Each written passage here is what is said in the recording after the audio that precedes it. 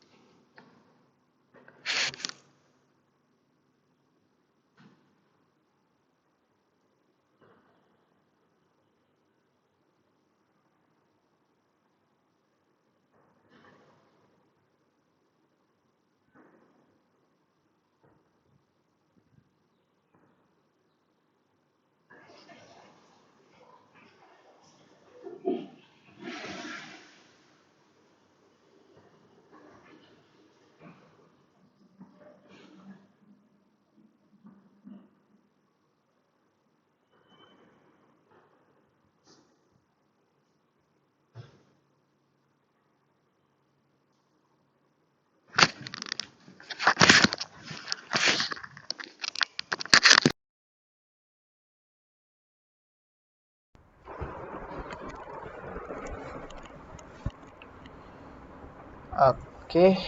So hopefully everyone's here.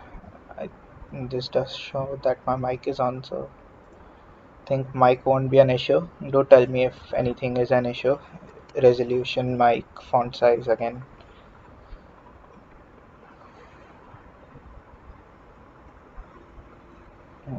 Shows that 16 people have joined. Yes, we can start. Okay, so the topic for today is going to be basically introducing you guys to web development. So a lot of people usually go Python and then directly Django, and then they get very confused about half the stuff that's happening because they don't know a lot of the inner workings and theory involved. And that's what I wanted to clear before we even start with Django, so that those questions don't arise tomorrow. um, Today's session won't be that long, considering that a lot of it is just theory. But of course, if there's doubts, that's why I've kept it around 3 hours. I think we should be able to finish it quicker than that, though. There's also going to be a quick intro to HTML and CSS. I won't be going into too much depth there because honestly, there's a lot of good material online to just get HTML, CSS code, and you can grab templates, and you really don't need to do that much mehnat into HTML, CSS, but you need to be able to understand it when you see it. So that's the level to which we'll be going, and that's pretty much it. So, uh, starting off, I'll firstly introduce you guys to um, how the internet works.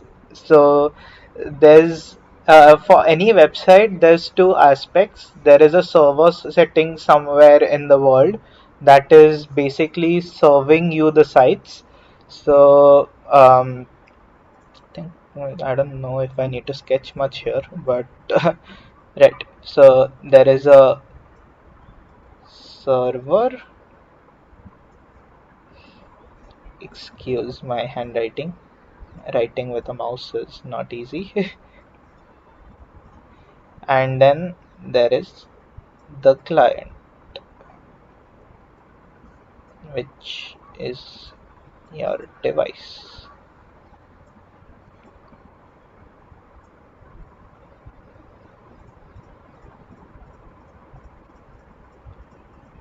Yeah, that's a laptop.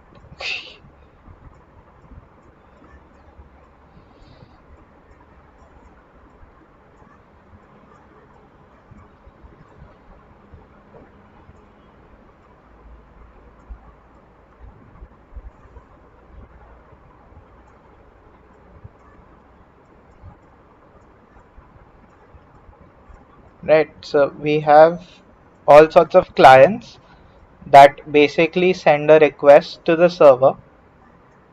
Say this is Google's server.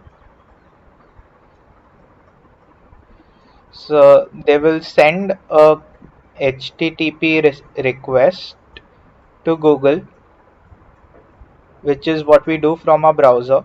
So when I do this, I've just sent a request to the server, and the server is like, okay, got it. This is uh, what Google sends back to me is an HTML page which is displayed by the browser. And HTML is just basic language that lets you define uh, what your website looks like, and that's it.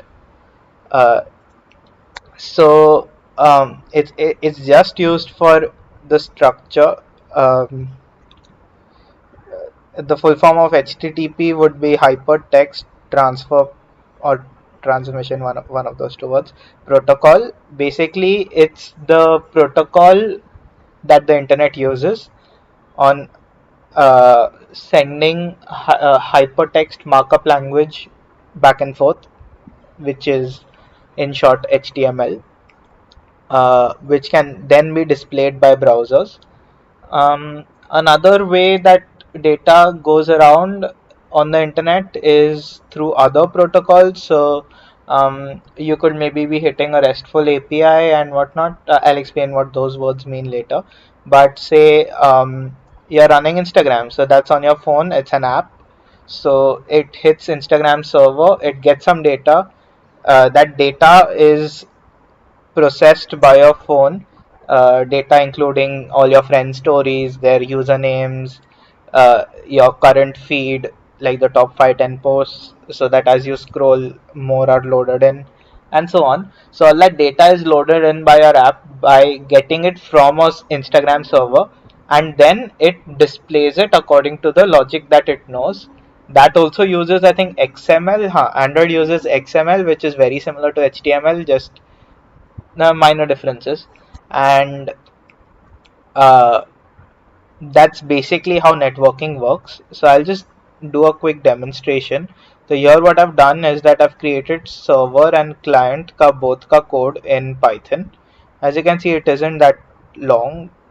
I just found this code online on Geeks for Geeks, so just picked it up and ensured it's working. It's honestly not that complicated. You just create a socket and you start.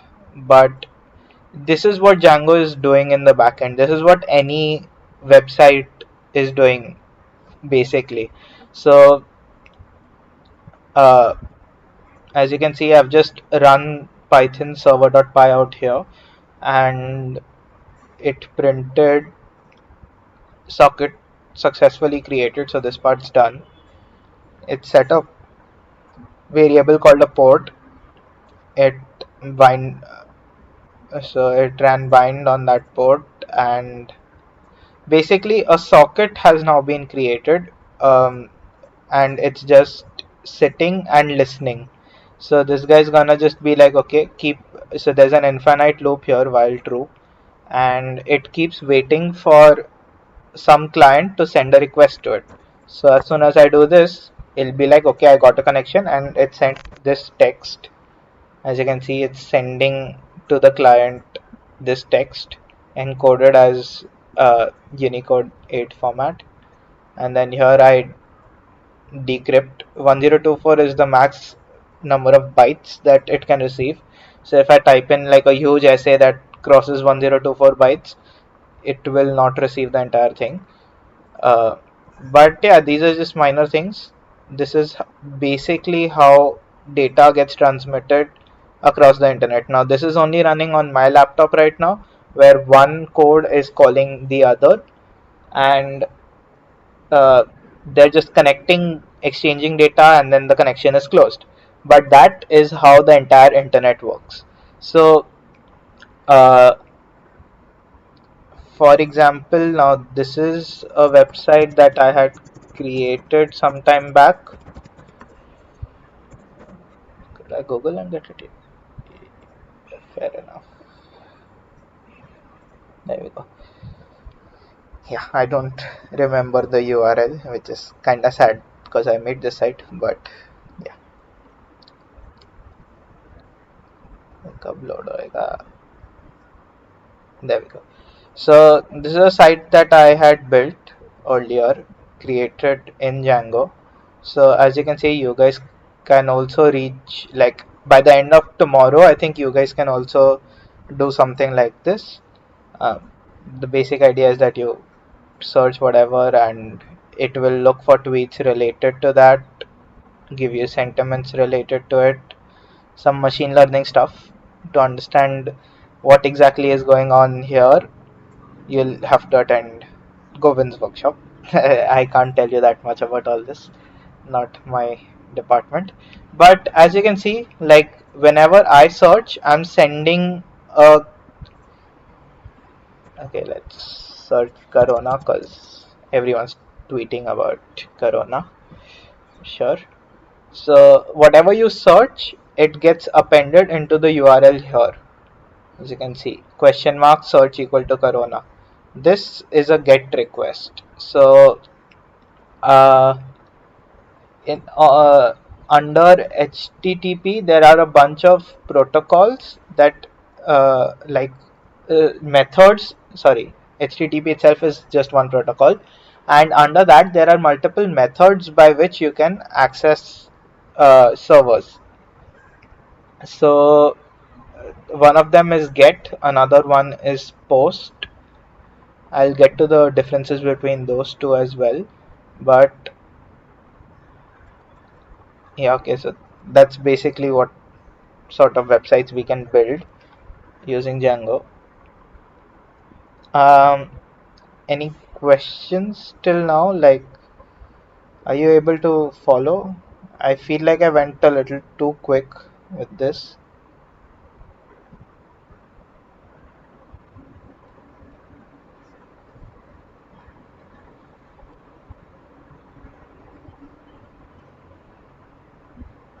Okay, I reply. Yeah, okay. So, just a quick recap. We have a server and a bunch of clients. The clients that we'll be dealing with tomorrow will only be web browsers, but you can have other clients such as um, Django works on the back end, that is the server side. All code that runs on the server is known as backend, and all code that runs on your browser or on the client itself is called the front end.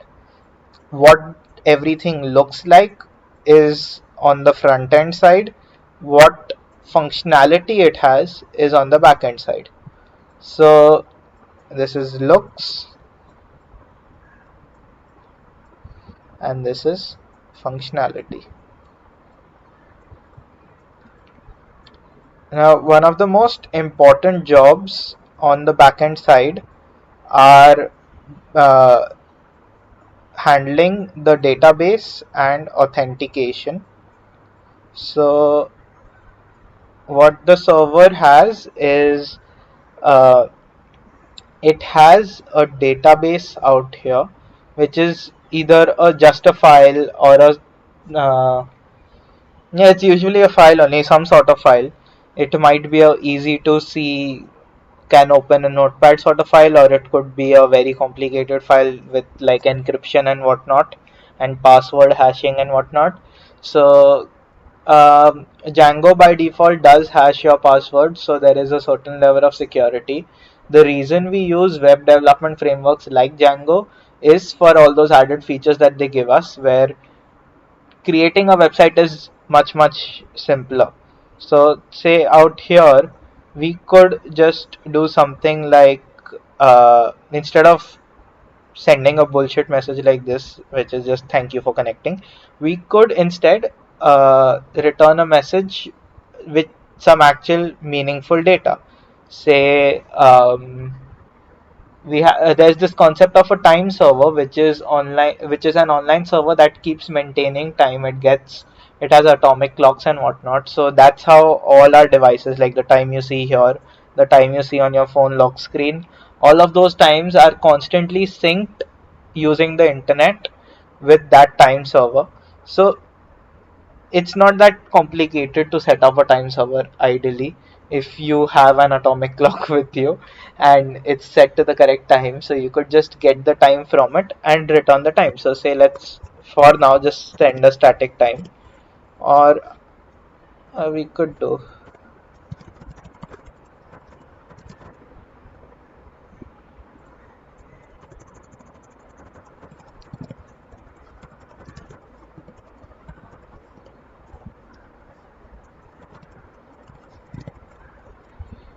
so today's date should be sent. क्यों अटक गया?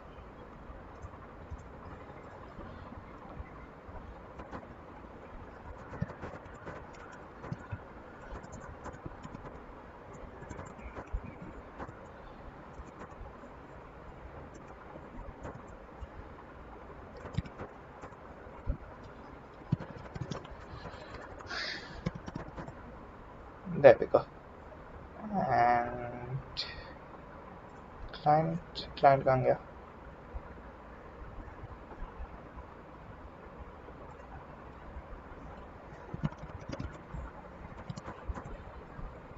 See, so that just returns today's date. So the server could do a bunch of things. So Facebook has its own servers, Google has its own server. Any website that exists has a server sitting somewhere that is sharing the data. It does not work. The internet would not work without these. And it, ideally you could also host a website on your own device. So that's what Django in a testing environment would do, where your website is running on your laptop itself and it can only be accessed on your laptop, or like using inbuilt Django functionality, you could also host it on your current local area network. So you could say run the website from your mobile phone's browser if it's connected to the same Wi-Fi network, or from another device that is present on the same Wi-Fi network. So uh, where the server would still be running only on your laptop, but the client side could now be another device. Even this basic Python code that I've written supports that, where you uh, allow, as you can see, here this comment. So this makes the server listen to requests coming from other computers on the network as well. So if there's if I had another laptop right now, I could have demonstrated that, but I don't, so I can't. But we could technically run this code from that laptop. The only thing that would differ would be that I would need the IP address of wherever the server is running, and I'll have to put it in here, and that's it. It would work. So that's the basic idea of what we'll be developing tomorrow. So I'll be constantly using all these terms: backend, database, server, client, front end, and I hope that you guys understand what's going on. If you are clear with all these terms, then let's move on to what HTTP is. Can you explain the Django part again? Explain the code. Server and client cannot understand the codes. Right. So the codes are kind of complicated because I'm using a custom package called socket that exists in Python, and I'm creating a socket and I'm running a server. So it's I don't think we should get into all this because it's not going to be actually used. Django already has this done in built, so you won't have to do all this. The basic idea that you guys should focus on is that there's a infinite loop out here that is constantly accepting any connections that are being made to it. And whenever it gets a connection, so this guy just waits. Okay, right now it's just waiting. And this guy will just wait, and as soon as it gets something, it'll execute the next line, that is got connection from this address, and then it will send this data, that is date time is a package dot date dot today. So it this returns today's date in a date as a date time object. So date time is a class, date is a class inside the date time package, and it will return an object of this class, which when I run the str function, if you've done the assignment you'll know this. I asked you guys to try this, I think somewhere in fifth one. Yeah, so you have to overload the string function. So that's basically any object can be represented as a string as well, and there is a str function that you can add to the class that lets you do that. And once you have done that, you can just represent so the Python developers who created the datetime package obviously put a str function inside their class. That's why I've been able to convert the given datetime object to a string, and then I encoded it into UTF-8. So UTF-8 is just an encoding standard. I think it's Unicode 8 bytes. Unicode 8-bit Unicode transformation. Okay, not bytes, 8-bit. So it basically uh, converts your string, which is a Python thing, to a byte format, which is what computers and networks understand, that is in the form of zeros and ones. And it sends those zeros and ones to the client, and then the client receives it, and then it decodes it using again UTF-8 to convert the bytes back into string, and then it prints it. And then this connection is closed by the client. So the there can be no more back and forth messages between the server and this client. I'll have to create another connection to send another message or receive another message. So as you can see, each time I run the code, it just gets the date from there. So that's pretty much it. I hope the terminologies are clear, though the code, it's fine if you haven't understood. Have you created a module which you are importing? I have not created this module. It's an inbuilt module in Python, like the sys module yesterday. You don't need to.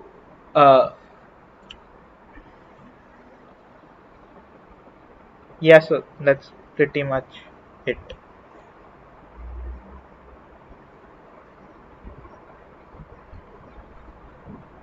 How is a server different from a database? Okay, that's a good question.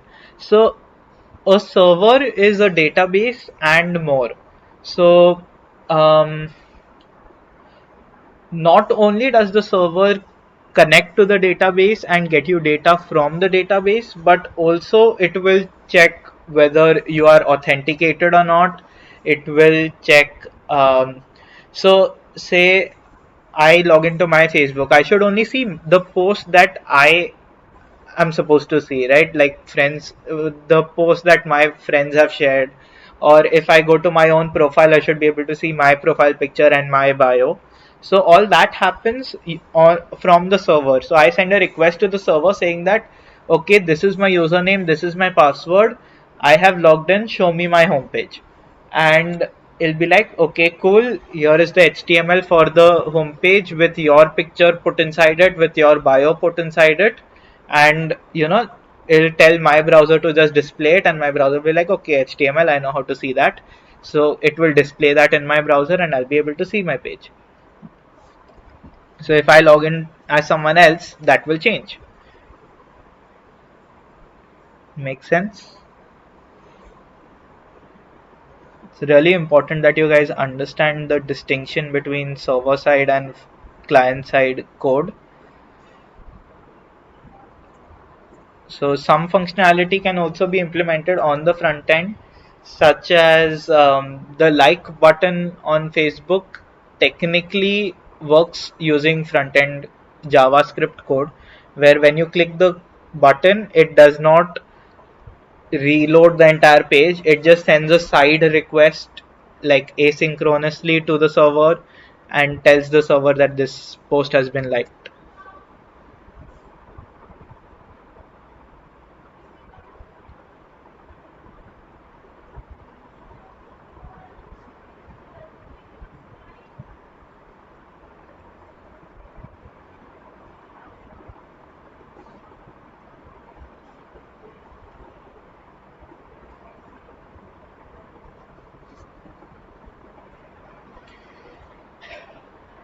And just waiting for any doubts.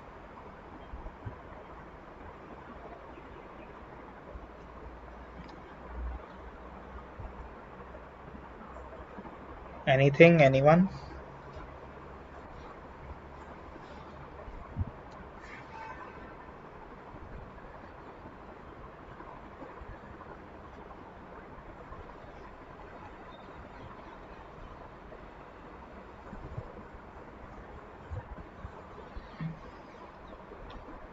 Okay, I think we can move on to HTTP.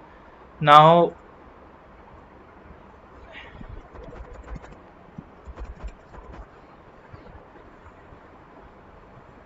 what we'll be seeing here is basically what HTTP looks like.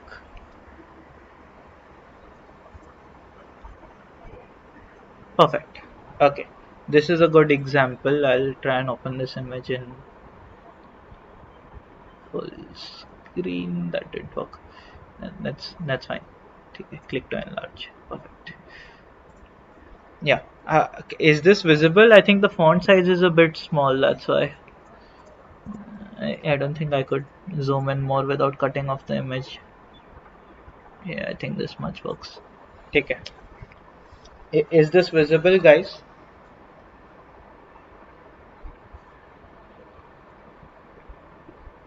Can you keep the code? Shlok, the code is already there on the GitHub link that I sent yesterday, so you can just get it from there.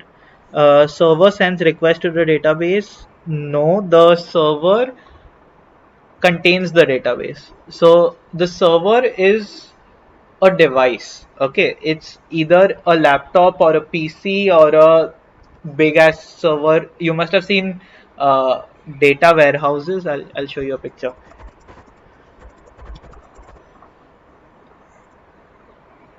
Eek. No. Okay. Server. Yeah, there we go. So this is something. It's called a data center. Okay, so the news mentions Facebook data center, so I'm assuming this is a Facebook data center. But this is kinda what. So each of these is technically a server. They've got a whole bunch, because of course one device can only handle a certain number of requests, and honestly all of us are always stuck to our devices. So just imagine the amount of traffic that these servers would be getting, right? So one device wouldn't be able to handle it. So what these guys have done, they have created a huge data center where there's a bunch of servers and your request goes to any one of them. So all of these devices are working together. Yeah, okay, HTTP part, I'll zoom in on the top and go down. That makes sense. Uh, so this is what a server is, and these are normal devices. It's like a PC, okay, just way stronger. So um, it would have like huge amounts of RAM, like maybe a terabyte of RAM, and ridiculous. No, not a terabyte of RAM. That's crazy. But yeah, 100 gigs of RAM or something, and uh, ridiculous amounts of storage as well. Like Facebook would have petabytes of storage, right? AWS is technically a server, so they are hosting other sites on their server for rent. So uh, definitely they have like ridiculous amounts of storage. Google Cloud, each free user gets 15 gigs of storage. So the amount of data that you can store on your own Google account is ridiculously large, right? Like 15 gigs per person. Just multiplying that with all of us present here, about 100 people, that's 1500 gigabytes just for us. The amount of people in the world having Google accounts and having that 15 gigabytes available, it's unimaginable. So that's the sort of storage and whatnot they have. So they're just very, very high level computers, and that's pretty much it. That's all they are. And a database is just a file. A database is not much different from, say, a text file or an Excel sheet, right?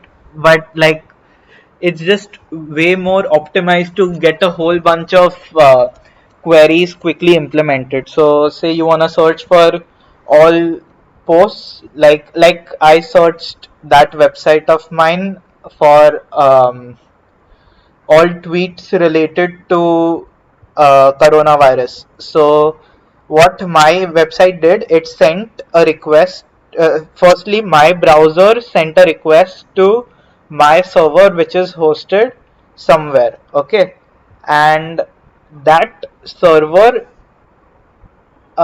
sent a further request to Twitter's data center and was like, give me all the tweets related to this and related to coronavirus, and then all those tweets were taken by my server.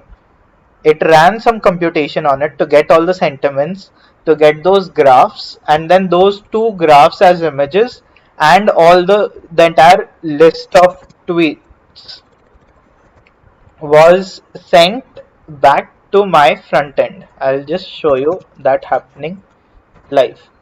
So I click search.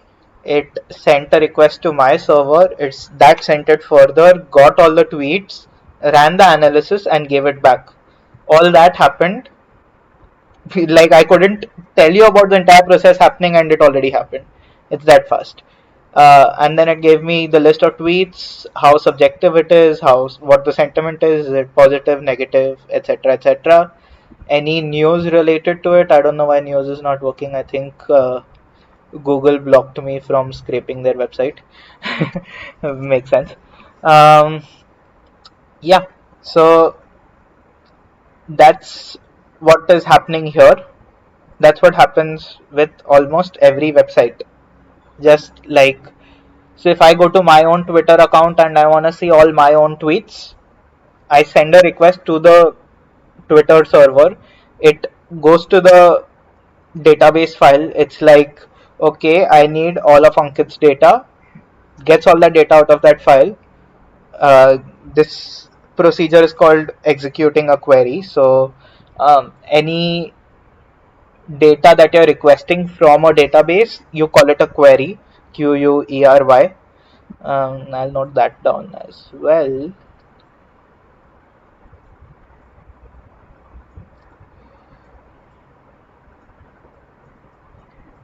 Query, and this guy returns data. So the database is just a file that is stored on the server, that the server and only the server have access to. Yeah, why can't I draw on this? What is this? Yeah, fuck's sake.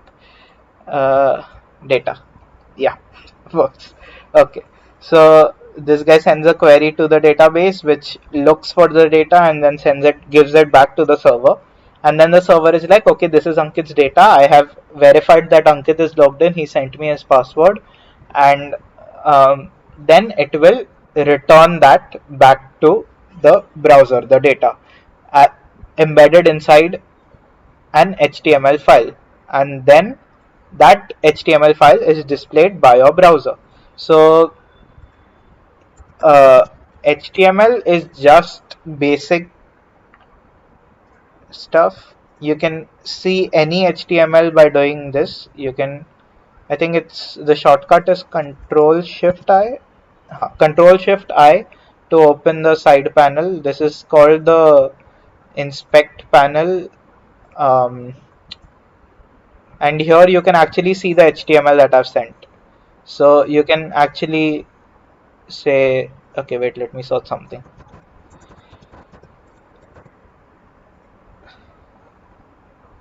There we go, Corona.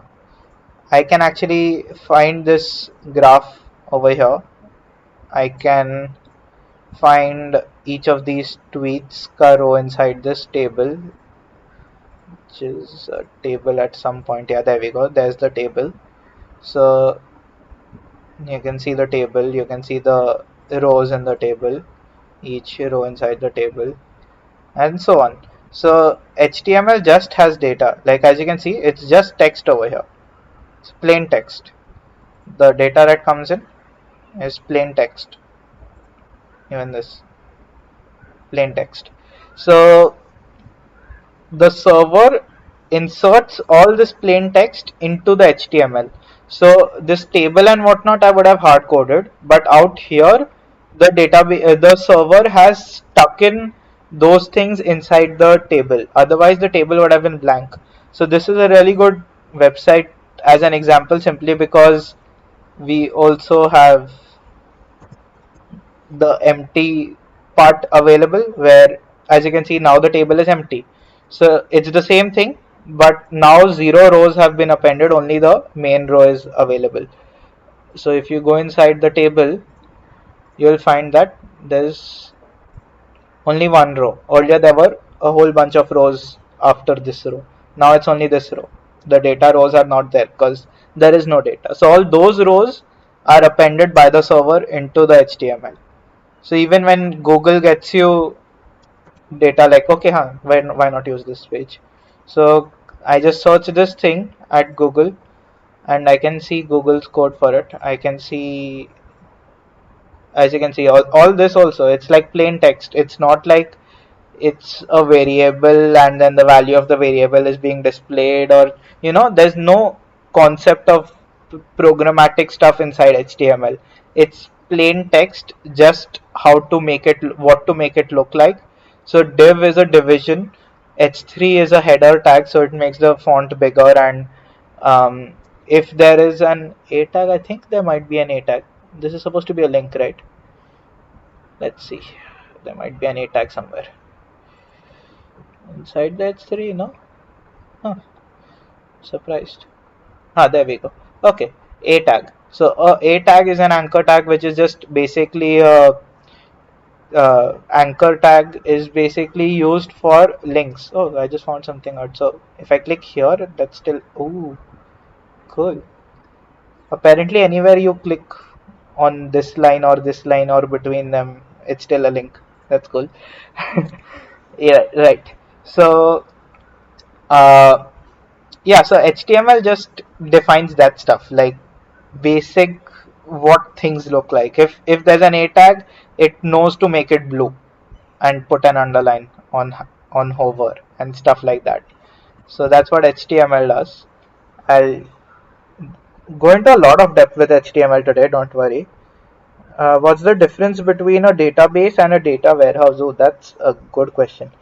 Okay, so a database ideally is a a data warehouse. Like, I'm not exactly sure how people define a data warehouse, but yeah, it's a large store of data accumulated from a wide range of sources within a company, used to guide management decisions. So this is basically what's happening, right? You have a bunch of data sources and they have been accumulated and they've put it inside one single database, which is now called the data warehouse. So technically a data warehouse is a type of a database itself. If you create the database yourself, it's technically not a warehouse because you haven't accumulated it from multiple sources, but like that's the only difference. But yeah, good question. mm, Explain. So I think I'll go to the HTTP part. I think all these terminologies are clear. Now, this is very, very important. You really need to know this properly. Uh, you don't need to rattle this, just understand what's happening. So, in this, firstly, this guy sends a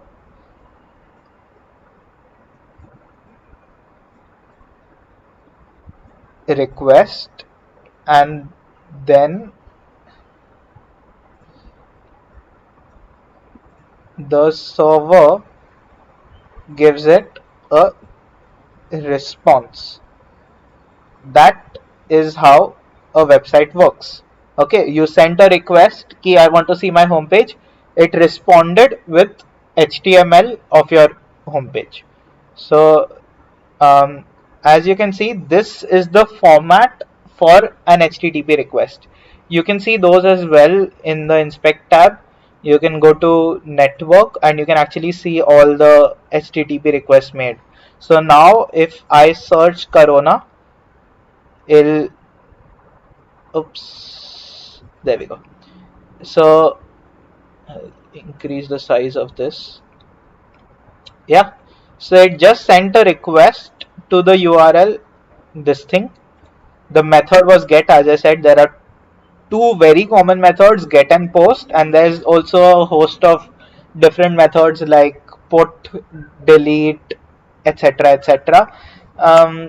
Those are not that relevant right now. I think that won't be a part of at least a 3-day workshop. It's difficult to get into RESTful and whatnot right now. I will teach you about APIs though, so I think to a certain extent you'll know that stuff. Status code. Okay, so this is part of the response, right? So the browser sent a request to the server, um,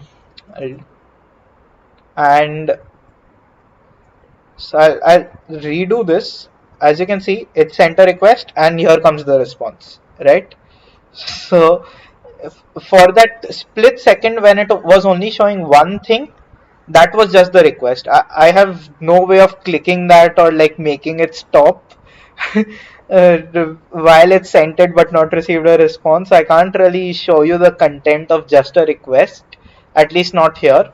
Maybe tomorrow to a certain extent we can, when we have a control on the backend as well.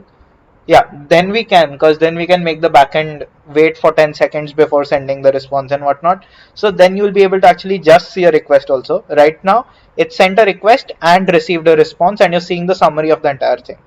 So I'll open this to the left and this to the right, so you can actually see.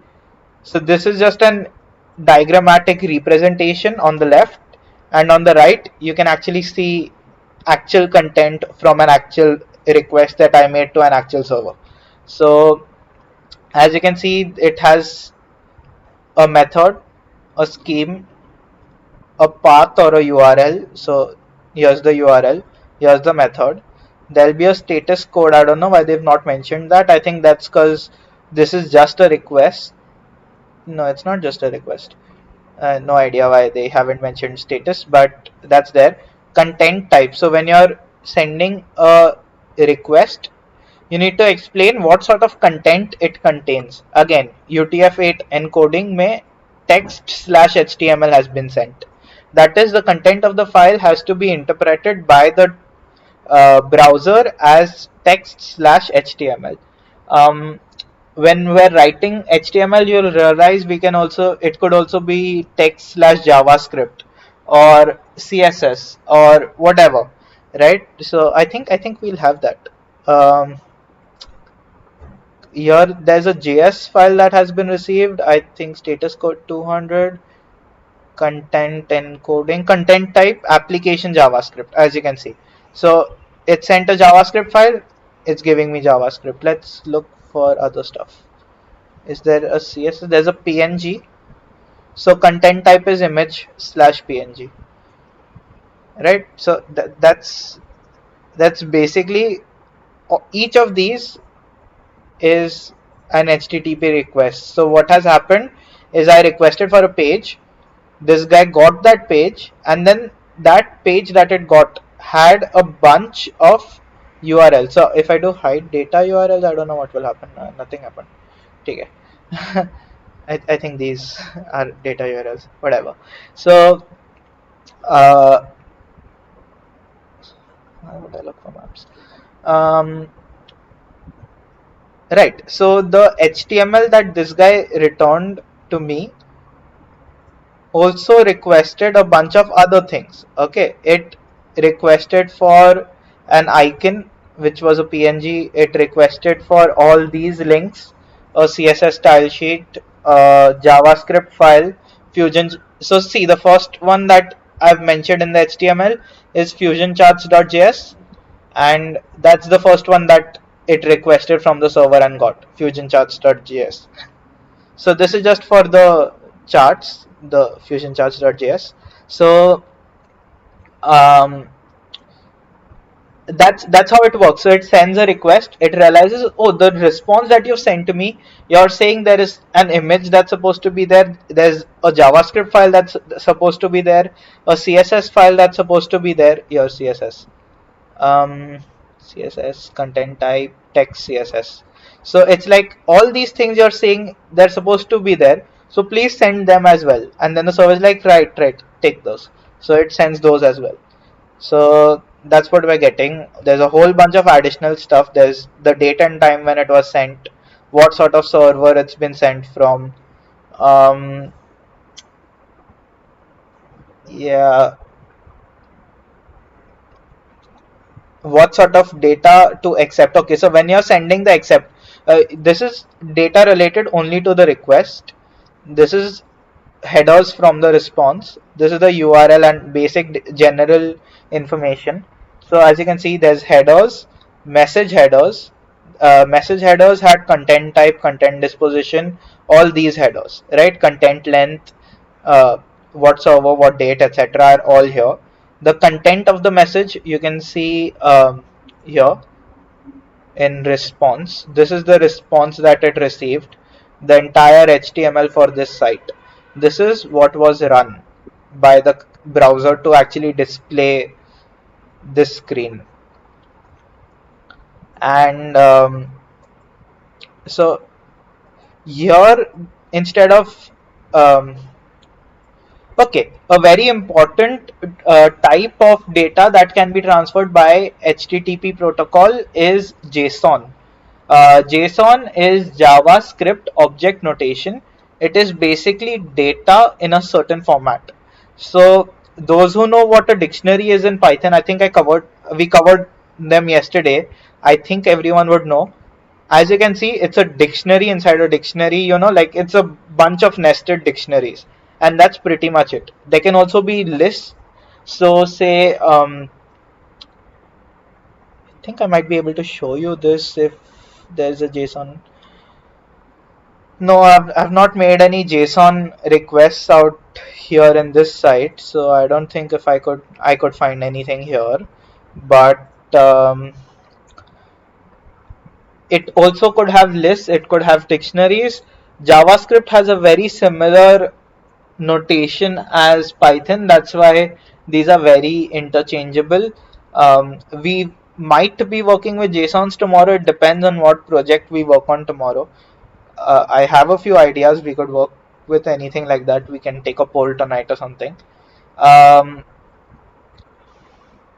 but for now, yeah. So this is a dictionary with a key event, and then inside the event, the value of the dictionary is another dictionary that contains a header and whatnot, and then it also contains payload and stuff, right? So and then the multi-part, right? So multi-part is when you also have additional stuff in your request. So say you submit that Google form I sent yesterday, right?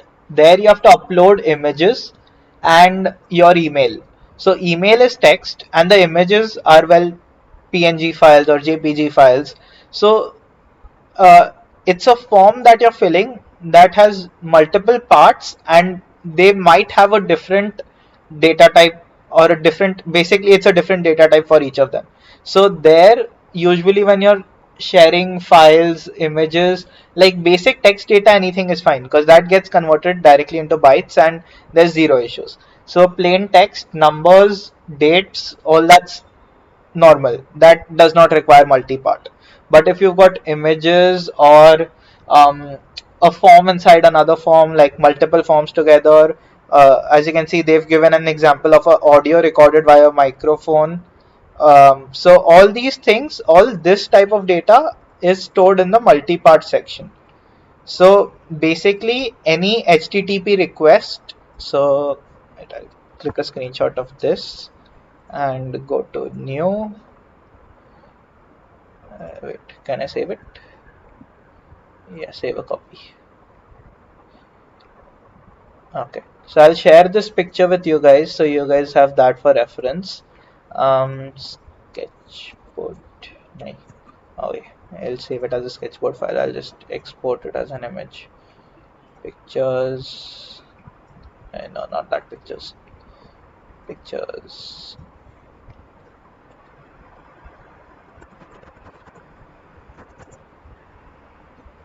And then I'll open a new one.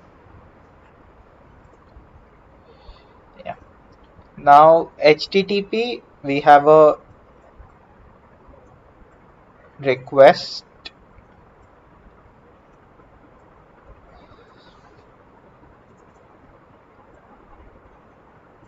a response,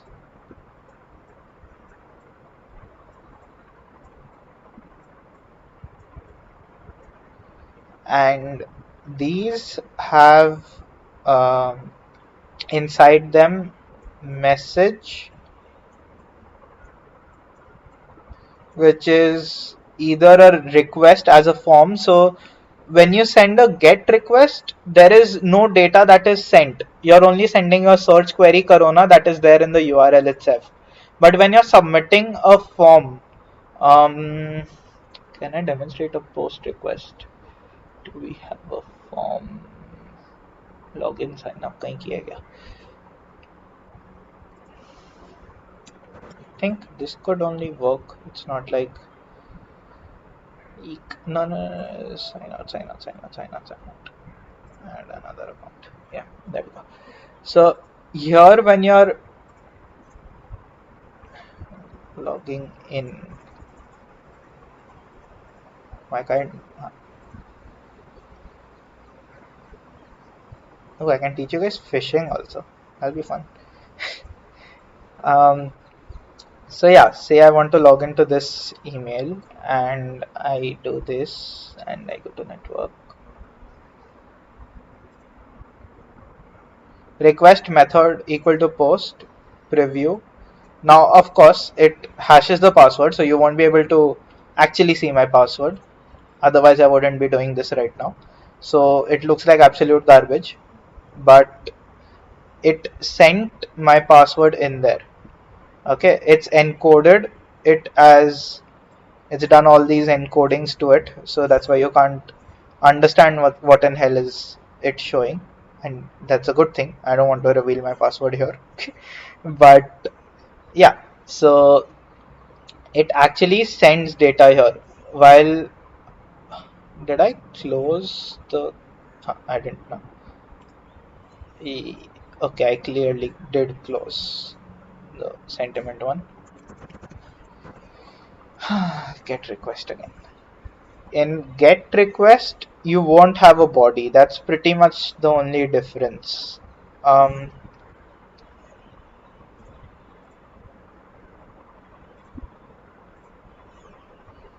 so again, I'll make a Corona sucks. Who cares? Let's see if people are tweeting Corona sucks. Oh damn, and Corona in this tweet and been positive, but yeah, everyone else is negative. So yeah, that works. That's a very drastic sentiment. Oh damn. Okay, look at this preview. It's actually trying to preview the website itself. So that's because the response is being previewed. Where's the data then? Query string. Okay, wait. So that's where it comes. Sorry. Um, there we go. Okay. Device info at Google. भाई कितना data खा रहा है? Form data. As you can see, it's a post request. So there's form data. There's a bunch of things put in there. I am not submitting my password to see what happens because clearly it showed my email without any stars. I'm not showing you my password. Yeah, right. Password submit ही नहीं किया था तो पहले से क्या होगा? I was wrong earlier, but yeah. So this is all the form data that it has put in. There's of course Google has extra data तो खाएगा ही. There's a lot of data it's taking, but yeah, it's that's what a form looks like. Here there's just a query string parameter that I've put in here. Ideally, if I do this, I think this is something that you've seen on Google, and ABC equal to 1 2 3, do that, and it will not know what to do, but I think it'll just so it just ignored this one because all it cared about was this, so it just ignored this. But that's how you send a get request. That's basically what I just typed into the address bar. Your code does for you, but still at some point somebody does it. Just the user never does it, the programmer does. um, I think that's kinda it about backend, frontend, HTML, database. Any doubts to the entire क्या कैसे हो रहा है?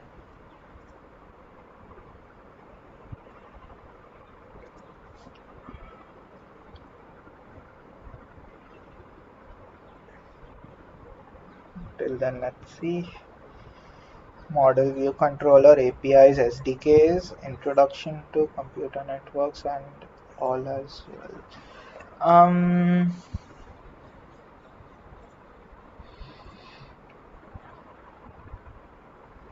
I'm waiting for doubts. Till then, I'm looking for an older. I'm looking for the sentiment analysis project. I'm seeing if I have it somewhere. I might. Oh God, which hackathon was that? Django Milkshake. Sentiments. Wow, tukka. Okay. Um, Open with Sublime. That's the code. That's the tweepy. Eek. My access codes. You don't want to see that. Yeah, makes sense. Okay. ठीक है. I can't really show you how to do that. I'll show you APIs tomorrow, like demonstrate APIs tomorrow, because um, I don't know if I can do it right now without revealing my authentication information. I'll have to look into that. I'll look into it tonight and try and have some code for you guys. Or maybe I'll just hide away the auth keys in a different file and then show you the file or something. Um, yeah, dots. Nobody's messaged anything. What's the difference? ये तो बता दिया मैंने. So data warehouse is a database of a database. No, it's just a database. It's not a database of databases.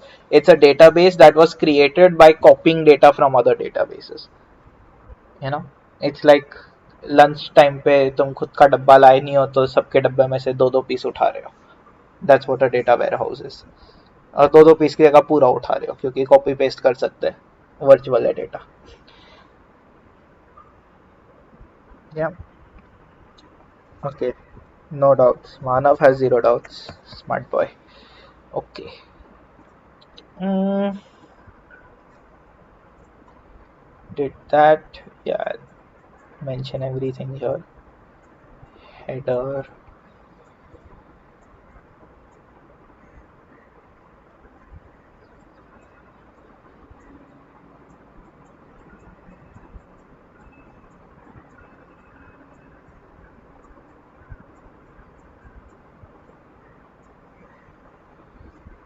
Yeah. Honestly, इसको क्या save करूँ मैं? इतना सा तो है. I'll share the link of this thing. Yeah, this works. Copy.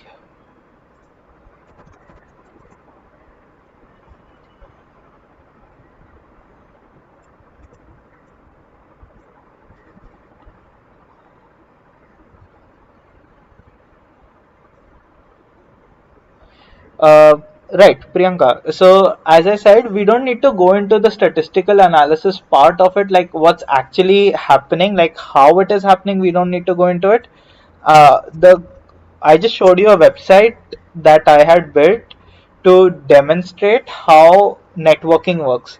So, how those values were calculated, we don't need to know.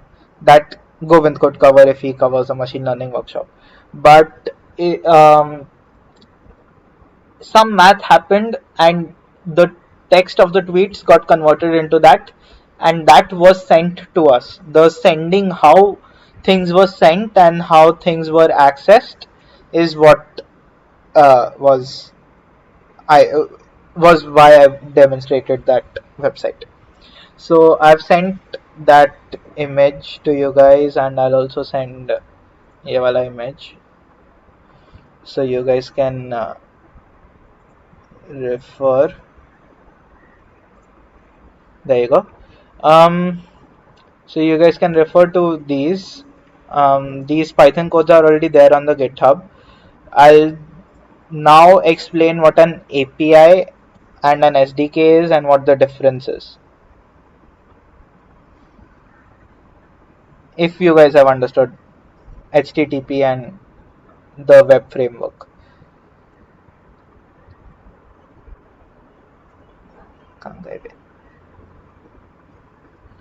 Then we can move on to MVC and HTML CSS.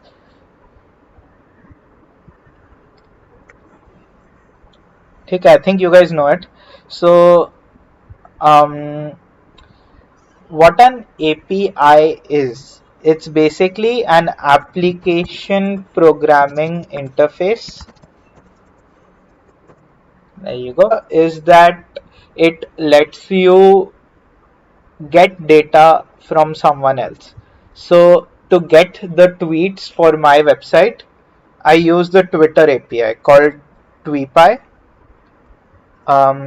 As you can see, I closed the code. Kya? Right. Okay, I closed the code, but the basic idea is that I sent a request to the Twitter server and I got data from it. So instead of it responding with the entire data put inside HTML, and then I'll have to get that data outside of the HTML by telling it कि ये वाले tag के अंदर ढूंढ data उसके अंदर ढूंढ like वहां पे for in case of my sentiment, if somebody wanted to like steal that data and use it on their website, they could have been like, okay, look for the table tag inside the HTML, and then whatever is inside it, give me that, remove all the TRs from it, and there you go, there we go, we have plain text data from my site. So they could have done that, but then a lot of websites want to officially let you use their data. So doing what I just told you would have been technically stealing data, which is not a good idea. You shouldn't do that. But there is this concept called web scraping, considering that anyone could technically, like, the data is in public domain, anyone can go to that link and access that data. So you're not stealing the data, you're just accessing it in a different way than the developer intended for you to see it. Instead of a human seeing the table with his own eyes with pretty GUI around it and colorful cards, some robot is reading it just. And an API or an SDK are created by developers themselves so that others can use their products, like others, someone else's code can use their products.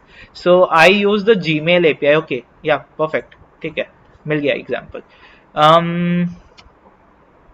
That I can show you because it the opens a pop-up for login, so no passwords and whatnot over there. Projects में है कहीं पे, there we go, Gmail API. So here what I'm doing is to this URL, firstly I'm authenticating from here to send email using Gmail, and then I So here we go. This is the actual code. Everything else you don't really need to read. So I authenticated and got a service from Gmail, and then I created an empty list data. I accessed a CSV file, test.csv, or else if I have provided the CSV file name in the arguments, then that, whichever one, and then it opens that file, reads the data inside the CSV file. The CSV file is basically the entire emails that I have, your email IDs that I have saved as a CSV file. CSV ka full form is comma separated values. It can be opened in Excel, and then the data was it converted the data that it got from the CSV into a Python list, ignored the first line, that is the actual header lines where it literally says the word NAME, name, and EMAIL, email, like वो वाला line it removed, the top line. And then for each row it sent an email from my email to your email, and I sent your first name, so that's how you got dear first name and then the content of the email. So that also, like, as you can see, dear, and then the name passed. Oops, sorry, dear, and then I put name, I concatenated the name, and that was passed. So yeah, that's pretty much it. And then basic idea is that the service, the Gmail ka service that I got from the Gmail API or SDK, uh, I sent a message using that, and then if I was able to send it, it prints. Otherwise, it says that an error occurred, and that's pretty much it. That's the code. So um, this is basically what an API is, right? So I did not have to write any code on related to what is an email, what is the HTTP structure of sending an email. Like, I did not create a message body, I did not create a multi-part, I did not fill in headers. I just said कि I want to send an email जिसका to from subject ये है, ये text है, भेज दो, and that's it. So everything else Gmail handles. I just give it this much information and it knows what to do. That's what Gmail does, right? You open Gmail in your browser and you click on compose, you give it this same set of information. You tell it the subject, the from, the to, and the mail, the body of the mail to be sent, and that's it. It handles everything else. So since Gmail already knows how to do that, and the developers have already written the code to actually send an email and handle the email address not existing and whatnot, like they have written some complicated code that sends email. So all you have to do is just import Gmail and run that key users का message send करो and then execute करो whatever. So like that's the syntax, but that's the syntax given by Gmail developer. So every API also has developer documentation. So you could go to Gmail API documentation, and you can be like quick start guide for Python, and you'll find the code that I've written out here. So I've just picked up and modified that. But yeah, so it tells you step by step what to do, how to get it, and then you can access the Gmail API. Same way you can access Twitter ka API, an API to send SMSs, APIs to get NASA's current data about what uh, space shuttles it's scheduled, what it has sent, all the mission it's done. You can have the time server API, as I mentioned earlier, to get the current date and time perfectly accurate, like with zero error, and so on and so forth. So um, APIs are a very, very important tool because it means that you're not reinventing the wheel each time you want to build a product, right? I don't have to sit and create my own Twitter and get users on it so that I can run an analysis of tweets. Someone else already has done that and they are happy to give me their tweets, so why not take it from them? That's the essence of an API. And I'm not sure if I'll be able to cover how to create an API tomorrow, because that's quite a complicated topic. But if you guys like these days and you really want me to, we could maybe extend the workshop and keep another day someday for uh, RESTful APIs and how to build them using Django. Um, Till then though, like, okay, I forgot to mention SDKs. So an SDK is just a standard development kit, a software development kit. It gives you tools as a package. So what I've used is the Gmail API called by a Gmail SDK. What is a SDK? I actually, okay, so here we go. On this page, as you can see, this guy made me install a package. Okay, a bunch of packages. API Python client, Google Auth lib, and OAuth lib, whatever. So it made me install these and then use them in the code itself. Google API client, Google OAuth lib, right? So it made me use them, and actually OAuth lib was used to authenticate uh, so that I can actually send an email from this email ID. If I just type in someone else's email ID here, it will not let me send an email from that ID. I need to have the email ID and the password. So that is what this authenticate function is doing, which is all this disgusting code. But that's just picked up from the Google website. Even I'm not 100% sure exactly what all is going on in there. So, um, yeah, so this is the API documentation. It provided me with standard software development kits, which are basically Python code that they have already written. They have also written code in PHP, they have written in Java, in Go. Go is actually the language used for hardware devices.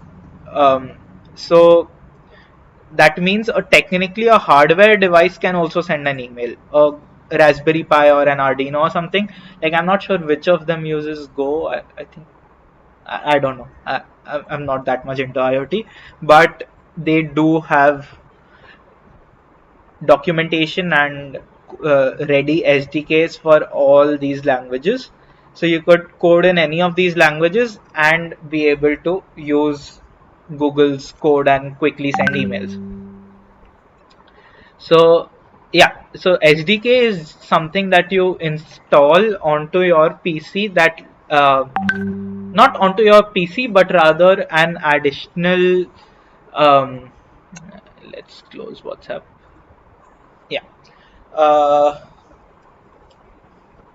an SDK is something you can install that can be then used by your program to quickly access an API or access some tools that have been created by another developer. It's sort of like a package, but it's a package with networking basically. Right, that's probably what datetime package also does. So technically, you could call the datetime package a SDK as well, but I'm not sure. Like, all these things are a bit hazy, the definitions, like what might count and what might not count. But understanding the meaning of these words is important, because this is jargon that will be used very extensively in the industry. You will find it on a lot of, say, if you're Googling stuff and you're like, okay, how do I do this? And then you find answers on Stack Overflow, those people will be using these words. So to know what these words mean and what they are trying to say is important. Beyond that, like what falls in the definition, what doesn't really matter. Um, so API is code running on a server, but it's exposed to you guys, so you guys can send a request to that. I could show you an example actually. Yeah, probably I could. Okay, let's open client wala.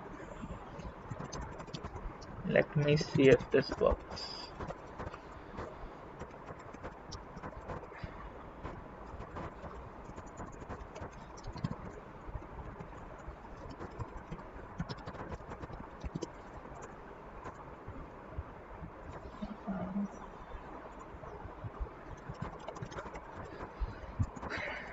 So requests is a package in Python that lets you access APIs directly. So if you don't have an SDK, you should still be able to. So get, as you guys know, get and post, wo wala get. So requests will get some data from this W3 schools page. Now it sent a request using the internet and was able to get it. And response 200. That's okay. That means that the response was status code 200. Okay. You guys must be knowing some common status codes. 404 is page not found. 500 is internal server error. I actually managed to create an internal server error in YouTube yesterday, where I was deleting an old video and I tried to go live at the same time, and YouTube just did not know how to handle that, and it gave me internal server error 500, and I had to wait till it was done deleting that file before I could actually start the live session. So things like that, like if a programmer hasn't planned for some sort of situation, then you get an internal server error where you've tried to do something that the programmer had no idea what is going on, and well, now the compiler of the code on the server just crashed. So that's what internal server error is. That you get a error code of 500. We'll have a lot of those tomorrow. Trust me, where nobody's perfect and we're going to encounter a bunch of them. We'll go through them together. We'll handle them together. Tomorrow has to be a very interactive session because everybody's going to have a bunch of different sort of errors cropping up. But till then, do I have pretty print? I do. Okay. Maybe that will. Yeah. Okay. I don't know. Does x dot data exist? No. X dot response? नहीं, कुछ नहीं है. ठीक है, मरने दो. Probably sent me HTML, so now I don't have any way to access it. But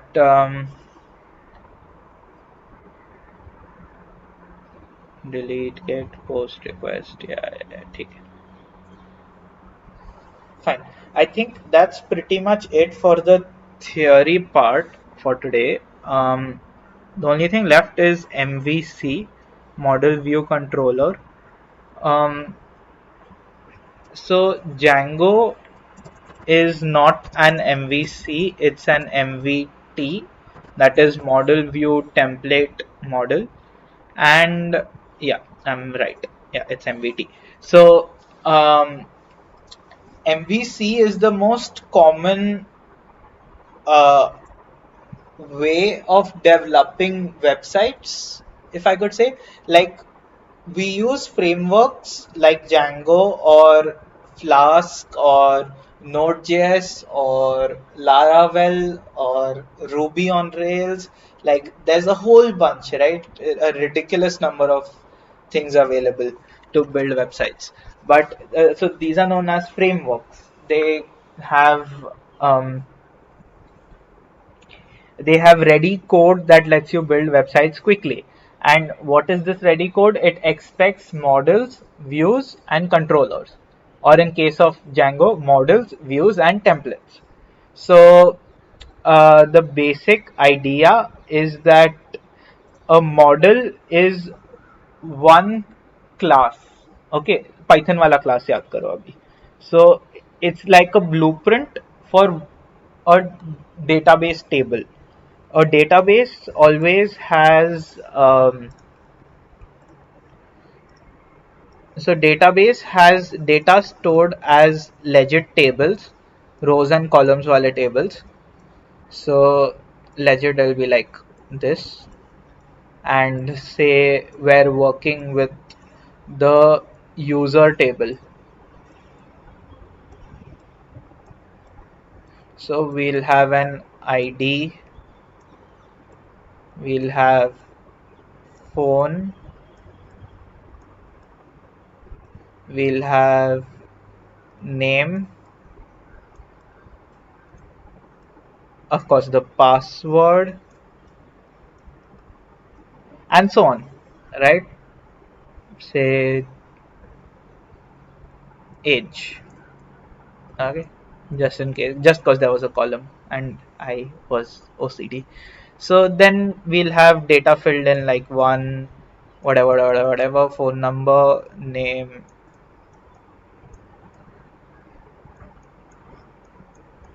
Ankit, password, star, age 21.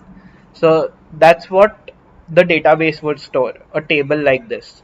But then when you're using it in the actual server code that you've written, the backend code, it's very inconvenient to like treat this like a dictionary or a row or a list, and we'll get to that later as to why.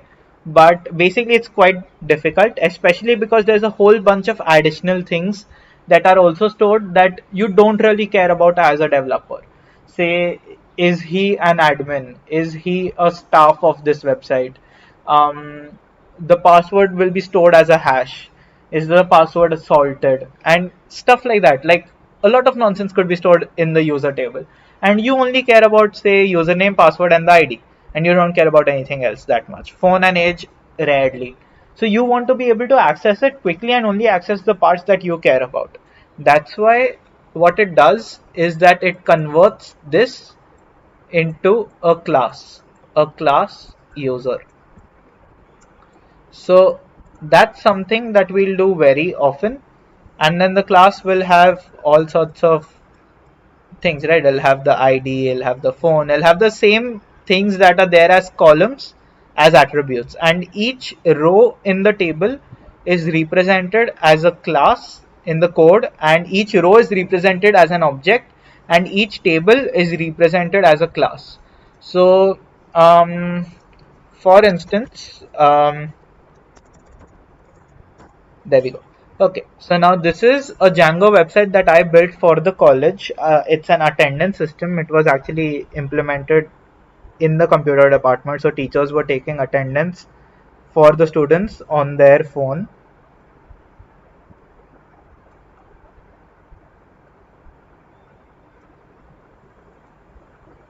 So, okay.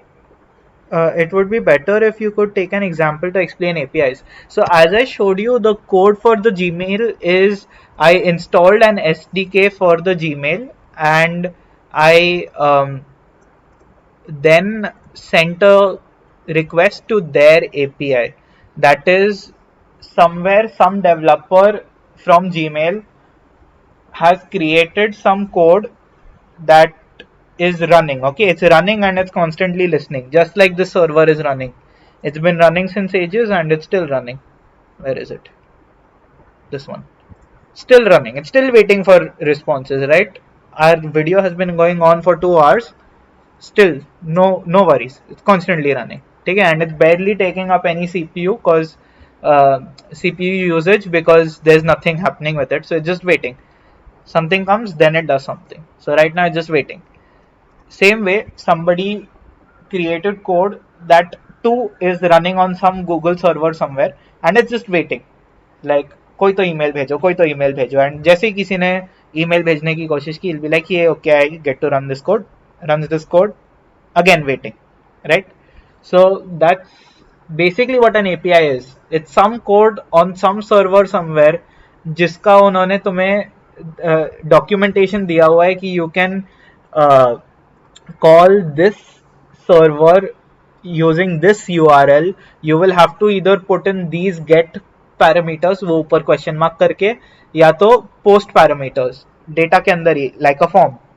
So you'll have to send data as either post or get or any of the other methods, and in return I will do something for you and give you a result, right? Again, basics of computing. Give it an input, does something, gives you an output. That's what it does. That's what an API is. So examples are Twitter ka API, that you give it a keyword and it gives you all the tweets that contain that keyword. You give it a hashtag, it gives you all the tweets that are using that hashtag. Gmail ka API, you give it, you log in first using your email and password in your browser using their SDK. After you've logged in, it will create a token for you, and then that token is saved inside a service, and that service is used to actually hit an API on the Google server. And that API, what it does is it um, sends emails. It can let you see all the emails that you have received, so your inbox. You can delete emails that you have received. You can do everything that you could do from the Gmail website using code, right? So I could maybe create an automated script that reads an email. If it does not contain a certain keyword, it will delete it.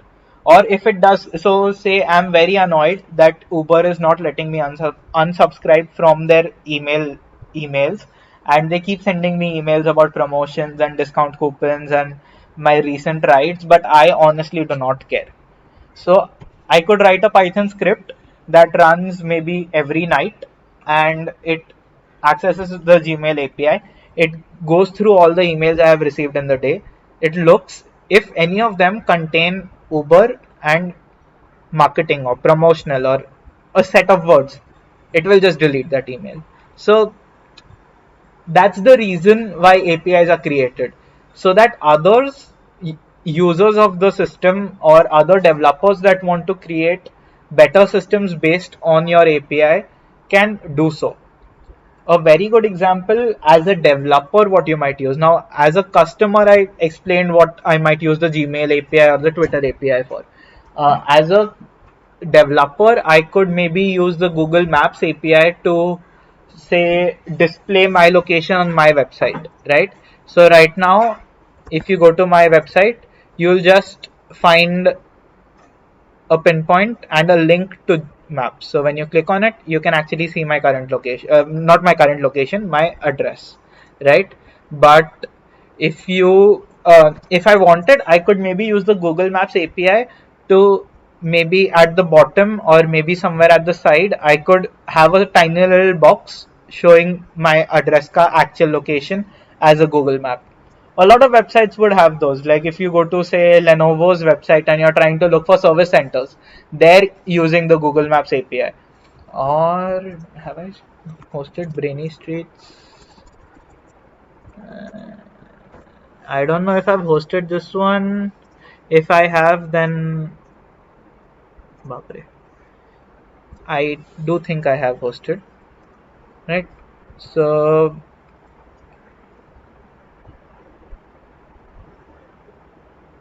there we go. So here I have created, I have used a map API to display our current location, right? So your location, Thakur Complex, Kandivali East, Mumbai 40001. This is my live location. So if I pick up my laptop and go to Borivali, it will start showing Borivali now, right? Like if I refresh the page after that. And then here I've used their 3D maps ka API. So here we have maps but in 3D. Khulega to. I don't know. This was under development, so they keep changing the documentation, so I'm not sure if it's working anymore. It's not. It's been 8 months since I wrote this code. Clearly something has changed in their API. So that's a bit of an issue with the under development APIs. They might change things suddenly and now things don't work, old projects don't work. So that's one of the downsides of using APIs. If updates come and everything changes and you actually let the update come, then well, too bad. Now your code doesn't work. So yeah, I think that's it about APIs, SDKs. Difference between SDK and API. API is basically the part that is running on a server. So Gmail API, these are not APIs, these are SDKs. But they are accessing the API. The API is the code running on the Google server. That's it. That's the name. Like front end back end था वैसे ही SDK API हो गया kind of. The SDK doesn't have to be working online though. Like it could be it could be a toolkit that is running on your device itself. So that's what an SDK is. and an API is the code running on the server. I don't know if I could tell you anything more than that. Let's Google it. Let's see other points.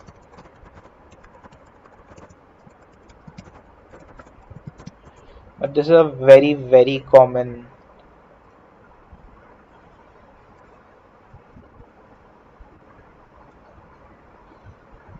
So this is true. They're both conceptually a way to program for your program to interface with and control resources provided by another piece of software, whether it's a web service, an app, operating system service, or a kernel device driver. Right? So suppose you buy a new mouse, technically they will provide an SDK with you to maybe program the mouse, change the colors, change the functionality of the buttons, swap the left and right button. Those. So uh, you could do that, or all SDKs are or contain APIs, but not all APIs are SDKs. That's also a very good answer, because I think. Mm, Okay, this works. So this guy defines APIs as a series of related methods that may be good for a specific purpose. So as I said, Twitter ka API. Twitter has a bunch of API endpoints that would let you see tweets, post tweets, delete tweets, etc. Right? So they're all related to each other and they let you achieve a certain purpose. Interact with tweets. Yeah. Uh, So SDK includes other tools for developing. That's what Gmail has provided. So instead of having to do all of these things myself, right? Um, like actually sending the email wala part and whatnot, it's just given me this that I can just call this, and this I have installed.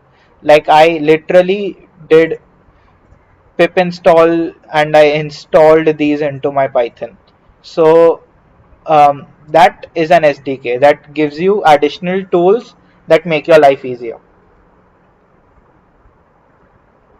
How does an API? API isn't free, my friend. All APIs aren't free. Google Maps is not free. Google Maps you have to pay. Okay, like APIs require keys. As I said, my TweePy. So Twitter is open source. Twitter is free for everyone, right?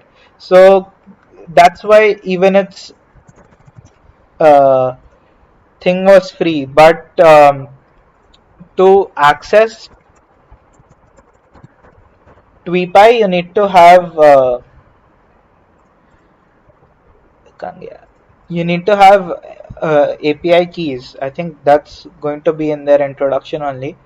Authentication. See, you have to authenticate. You have to give it a consumer key and a consumer secret, and this one's free. So Google Maps also uses the same concept of keys, but to get a key, you have to pay. Here to get a key, you can just go to Twitter and be like, "Give me a key," and they'll give you a key. Like that's it. It's not that complicated. But with Google, you have to pay for the key. Same way for a bunch of different APIs. Like there might be a cost associated with them, or they might be free. Yes, you can create an SDK for another API. So, as part of my internship at Atom Technologies, I actually created a PHP that is, it's a language like Python and JavaScript. PHP is a bit of an ancient language, but yeah, it's a language that is also used for web development. It has a framework called Laravel. So I created a package that lets you do payments using the Atom Technologies payments gateway, which is the same payments gateway used by Flipkart and a bunch of big other big companies. So if you pay on if you go to do online payment on Flipkart, you'll see their Paynets gateway, PAYNETZ, and that's the gateway that I created an SDK for the Laravel framework of PHP. So yeah, anyone can create an SDK for an API as long as they have access to the API. That's the important part. So you need to understand. So say I could create an SDK to use Google Maps on Django, and I'll be like, okay, so in my SDK, just give the keys over here. So then the SDK will get started, and then you can, start using the functions of the SDK. And that's how we do it. That's how I did my payment one as well. Like that one literally lets you pay for stuff, so it has to be secure. You have to ensure that the keys are safe. So yeah. Any other questions? I like that you guys are having questions with this stuff. It's important to have questions with this stuff. ये नहीं समझा तो काफी issue होगा.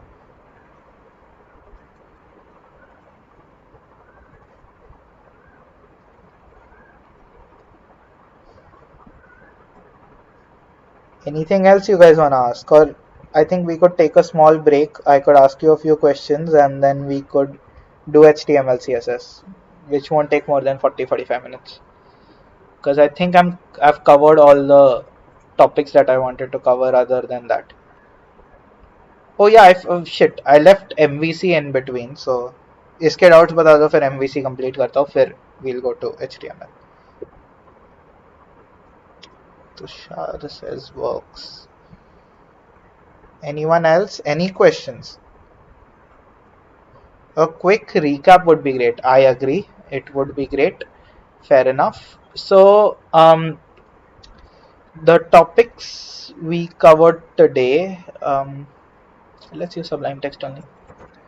Topics we covered today.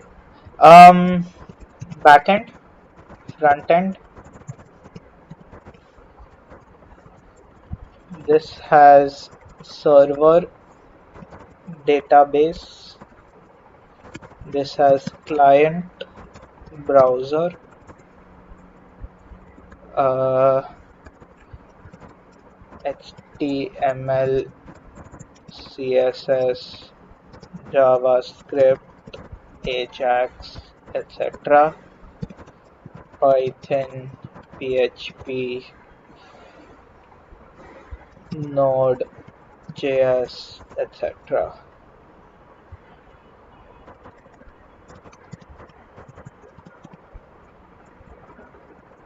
MySQL, Postgres, SQL. Now I'm just giving you examples. You learn any one that's good enough. APIs can be bugged for harm, right? What?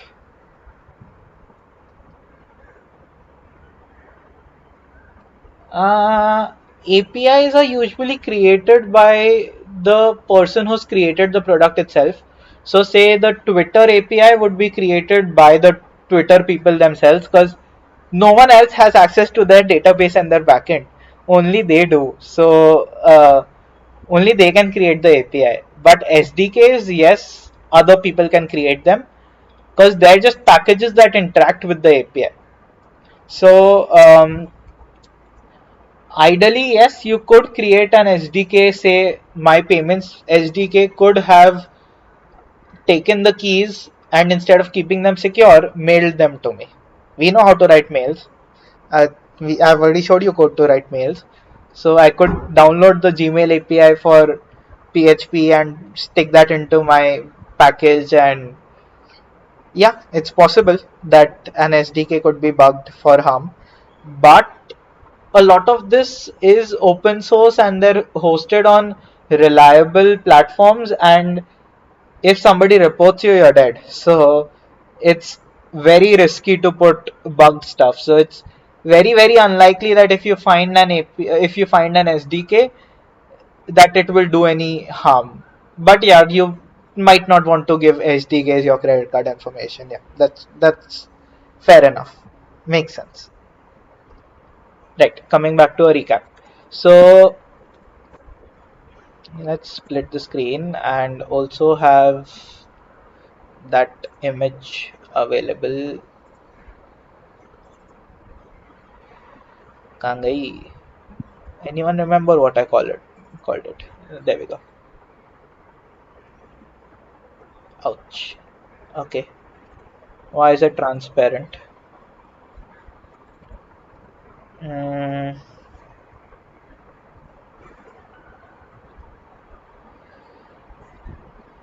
well,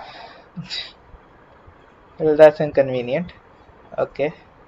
Um, could I open it with a white background thing so that? Thank God. Okay, works. कैसे कैसे जुगाड़ करने पड़ते हैं.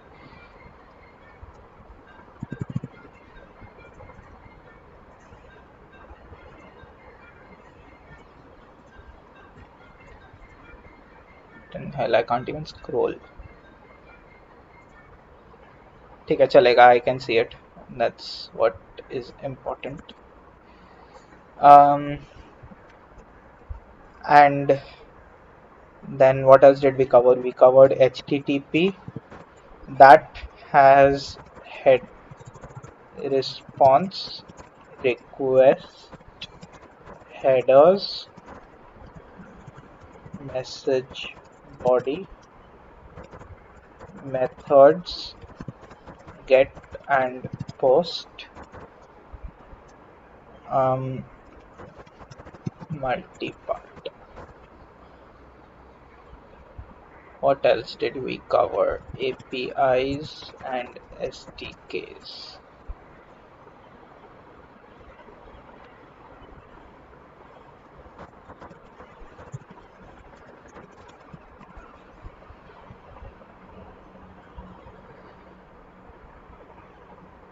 I have a feeling that's pretty much everything we've covered. Um, So, quick recap in 5 minutes. Backend has a server. A server is just a bunch of code that is constantly waiting for people to send it requests.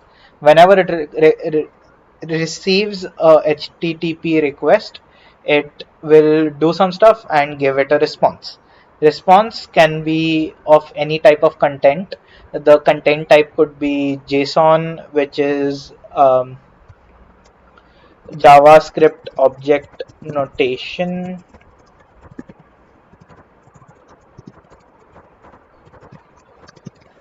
We could have HTML, which is hypertext markup language. We have CSS, cascading style sheets, asynchronous JavaScript. This I'll come back to. Yeah.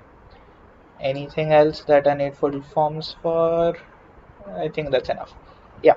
So JSON, HTML, images, PNG, whatnot, audio. All this could be the content type. CSS could be the content type. JavaScript could be the content type. Anything that a browser can give you, and a browser can give you pretty much anything, right? It could be a file, it could be a image, it could be audio, it could be HTML, CSS, JavaScript, whatever. Content type set करके HTTP can share it. Um, then so that's so the server also has access to the database. The database stores data. It stores it as tables, as I showed here. There'll be a table with rows and columns. Each row is one object. Each column is one attribute of the class. Um, and um, some examples of databases are MySQL, Postgres, and of course the one we'll be using tomorrow, SQLite 3. And the server code could be written in any language. We have Python, PHP, and even nowadays JavaScript to create Node.js for the backend. So yeah, um, Python may we have Django, Flask, etc. PHP may we have Laravel. Node.js is a JavaScript framework, and There's Ruby, Ruby on Rails, even Java, Spring something. I don't know. I don't know Java. But like there are, so you could use ideally any programming language to create a server, and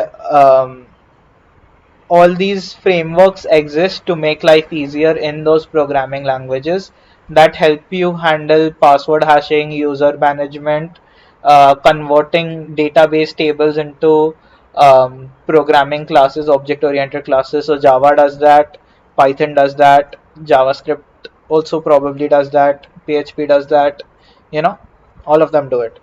um, then coming to the front end is basically everything you can actually see in your browser. So that includes HTML for the structure, CSS for the styling, font styles, font sizes, colors, um, padding from the left. So any website you go to, um, let's say Google itself, um, JavaScript is any functionality. So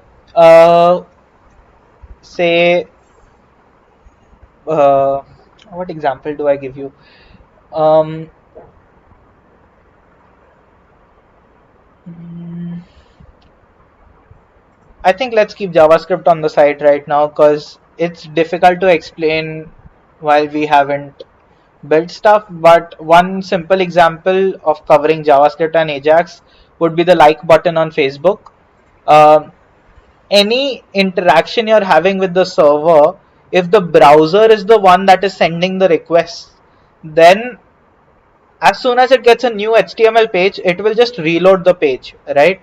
So, as you noticed on Google, when you go to Google and you search something, say let's search me, and dumped the old one, it's like I don't need the old one anymore, and it displayed the new one to you. So um, but on Facebook, while you're interacting, you can click the like button, or you can go into messaging or WhatsApp. You're just constantly sending messages. It's not reloading each time a new message comes or a new message is sent. So that is done using asynchronous JavaScript, which is basically additional JavaScript written. JavaScript is just a programming language that is compatible with HTML. So the browser can only run a small set of programming languages. The browser does not know how to run Python, but it can run JavaScript, it can run PHP, it can run Flash. Flash is some Flash player. I'm pretty sure as kids we've all played games using Flash player. So yeah, that's what Flash was. JavaScript is used for animations for asynchronicity again. So when you click the like button, the database, the backend is notified. Okay, Facebook knows that you have liked the post, but you haven't, the browser hasn't sent a request, you haven't reloaded, the page hasn't reloaded. That happens because JavaScript embedded in your front end code is sending the request instead. So technically a request can be sent from anywhere. I could send a request from this software I have called Advanced REST Client. Okay, and once it loads, yep.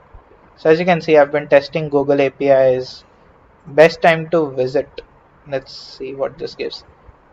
Moved permanently. The site itself has moved. Great. Oh, acha.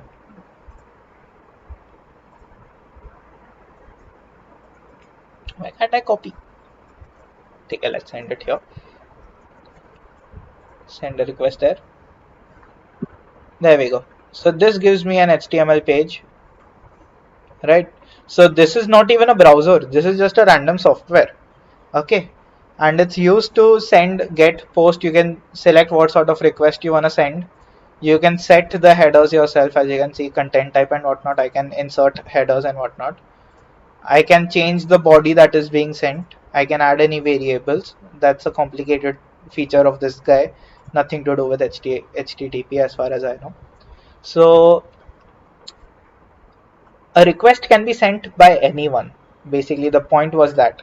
So same way, JavaScript code as part of your front end can also send it instead of your browser and notify the database. Or Instagram, you keep scrolling and scrolling and scrolling, and the posts never end, or I think they do end at some point, but like it's a very far off point. Of course, Instagram did not load like 1,000 posts directly, right? It would take ages. That would be like gigabytes of data. Each image also, if you consider like 5 MB, multiply that by 100 post, 500 MB data थोड़ी आ रहा है 100 post के लिए भी. Definitely 500 MB data is not fetched in 1 second as soon as you open the app. So instead what it's doing, it's live loading say 10 to 15 posts, and then it's waiting. And then if you scroll through half of them or so, it sends another live request ki dude, he's almost reached the end, send me more posts. That's how it works. So all those make life much easier to reduce reloads. That's what JavaScript is used for. Additional front end functionality to make your front end much easier to work with, much easier to navigate. HTTP, I think the conversation already covered a lot of it. You have a response, you send a request, you get a response. It has some headers. Headers include stuff like the method, the status code. 200 is okay, 400 or something is a defined error, 404 is if the page not found, and 500 is internal server error. You can create your own 400 errors where you give custom errors. Um, it has a message body, of course. It has a header, as I showed you, headers body. Um, Multipart is used for form data where you are trying to upload images, where you are trying to send audio files. So when you're changing your Facebook profile picture, that also technically is sending the image as a HTTP multipart request with your image inside it, your username, your token, your uh, bunch of other things, the current date and time to record so that it knows when the profile picture was uploaded, stuff like that. APIs and SDKs I've covered very recently. I'm not going over it again. API is just code on a server. SDK is a package you download that provides you a set of tools that you can use to help you program. For example, this is an SDK, and the code running on the Gmail server is the API. Should I now go to MVC and MVT?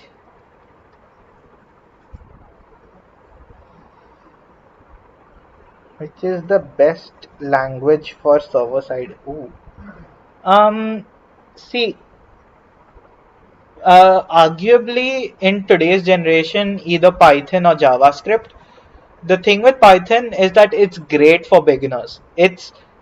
So I don't know if you know this, but Instagram itself started off with a backend in Django.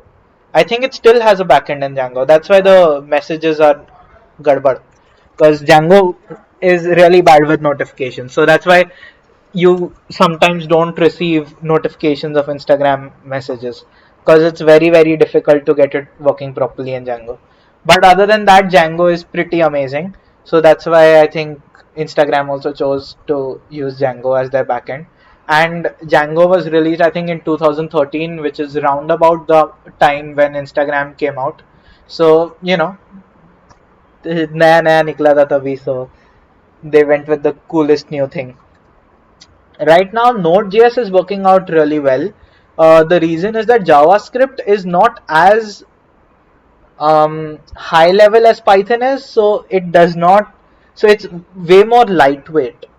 So it's and web developers already need to know JavaScript properly to be able to do front end.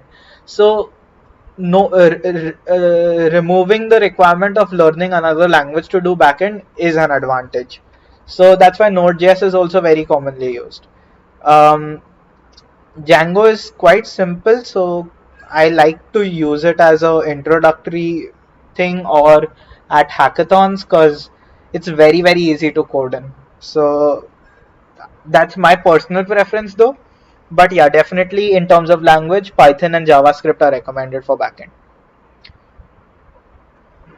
Right, now coming to model view controller. We had done a little bit related to models. So this concept of representing the database tables as Python classes is the concept of models. Or let's just write M, but that's a horrible M. And then a view plus a URL and a template. Now, template from the name itself, you know that it's going to be HTML. Okay. Template, like the English word template, it just means what something looks like. It's like a structure, it's like a guideline. Not even a guideline, a structure. And that's exactly what HTML is. क्या कहाँ पे है, कितना बड़ा content है, what not, कितना बड़ा तो नहीं, like what is the font size, all that is HTML plus CSS, right? So when you put both of these together, the browser knows exactly what to display, where to display, what color to use, what font size to use, etc, etc, etc, etc, right? So uh, that's what a template has. The actual structure of what will be returned by the server. Okay, now this stuff is still on the server. This is everything is server side. Okay, we're only dealing with server right now. Front end I'll be going into after a short break. Or do we even need a break now? अब तो खत्म ही होने आया. ठीक है, we'll still take a break, 5-10 minutes. So the server has all of these things, M, V, and T. Um or in terms of MVC, we still have a model and view, but then instead of a template, like we still have a template, but instead the template is called a view because that's what you're looking at, right? So that's what the word view means, what you can view. So that's why MVC frameworks call it, the model is the same, the view is actually the template, and we have a controller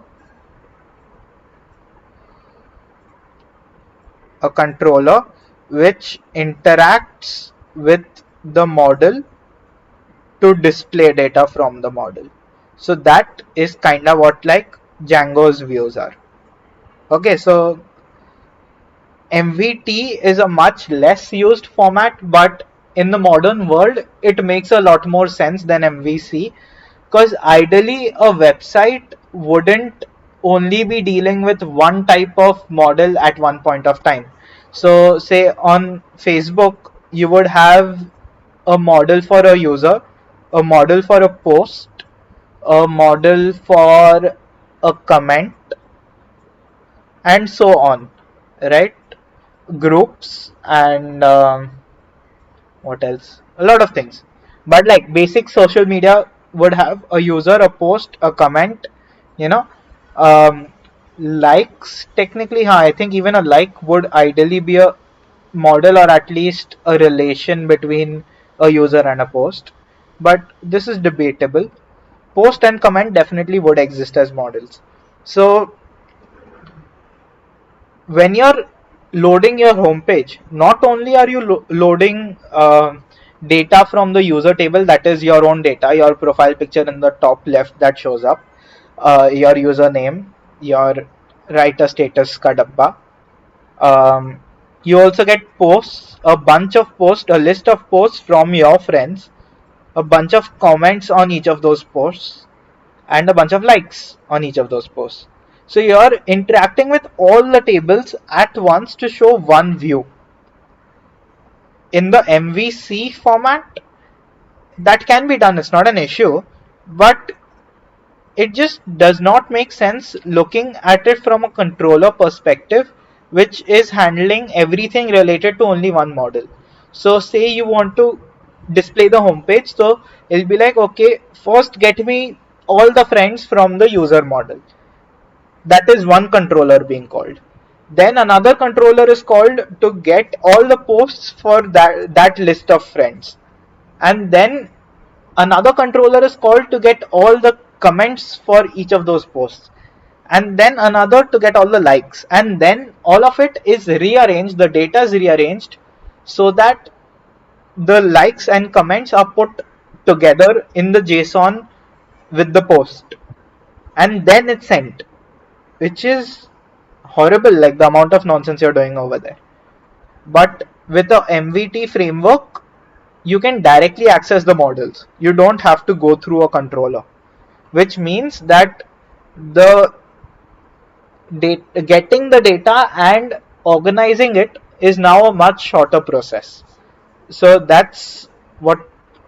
So a view is basically logic.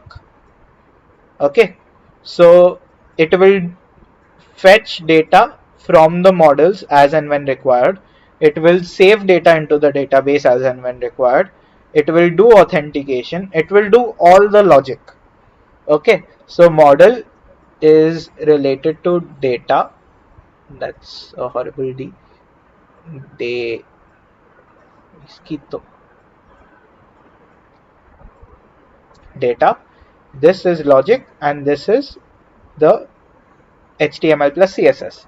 Model view template and model view controller. URL is just the URL that we set, right? HTTP colon colon slash slash www dot google dot com. That's a URL, right? So a format of a URL. So say google.com shows this, but google.com slash anything else will instead show you google.com के results for that thing, right? The queries. So that's how a URL works. As to क्या type किया है उसके हिसाब से कौन सा view call करना है, एंड वो व्यू क्या करेगा, वो मॉडल्स एंड ऑल से डेटा लेके डेटा सही स्ट्रक्चर करके एक टेम्पलेट क्रिएट करेगा. जो टेम्पलेट क्रिएट हुआ है वो फ्रंट एंड को रिटर्न किया जाएगा बाय द व्यू. तो रिटर्न इधर आता है. तो the view is the actual server code. That's the heart of the server. That's what's actually doing the logic. Everything else is just to help the view. Okay, I hope this made sense. If this didn't, I'd be happy to repeat. ये नहीं समझा तो कल बहुत गड़बड़ होने वाली है.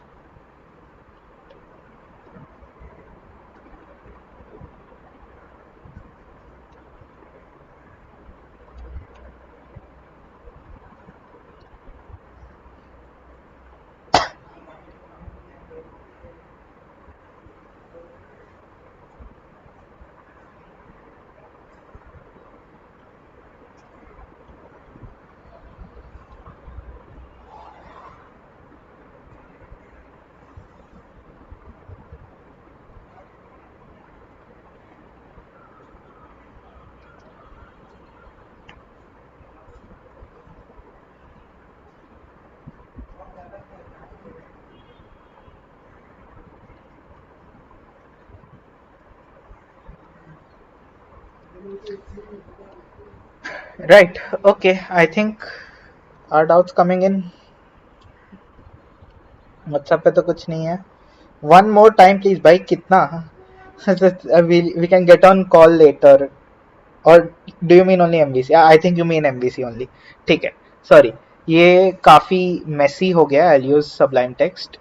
So MVC. ठीक है.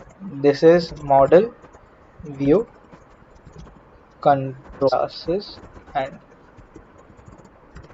objects. View would be the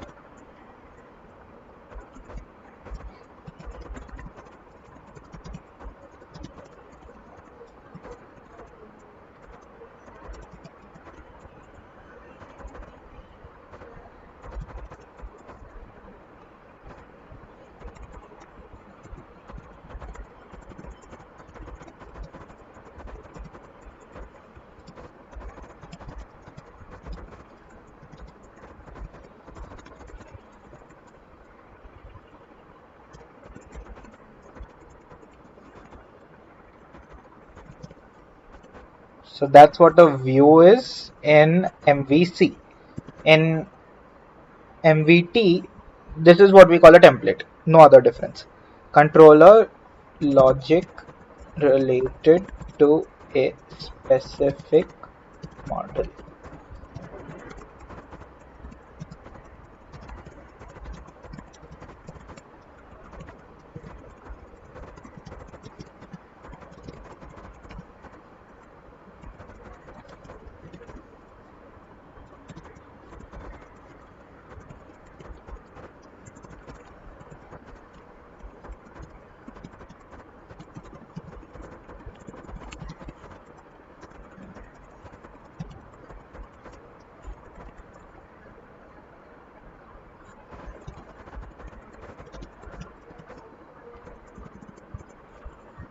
That's MVC, MVT.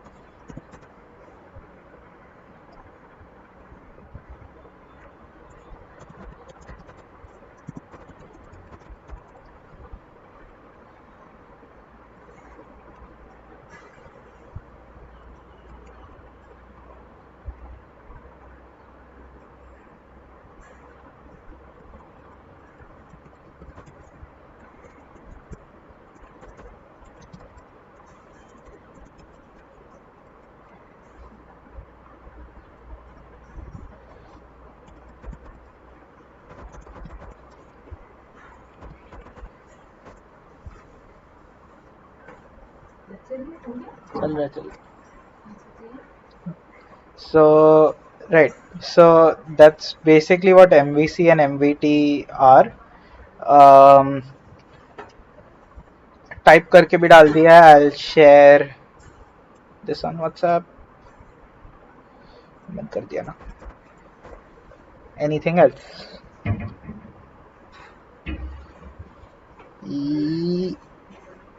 Yes, yes. So MVT का view is very similar to MVC का controller. Only difference is that a controller is assigned to a model. So what happens with that is that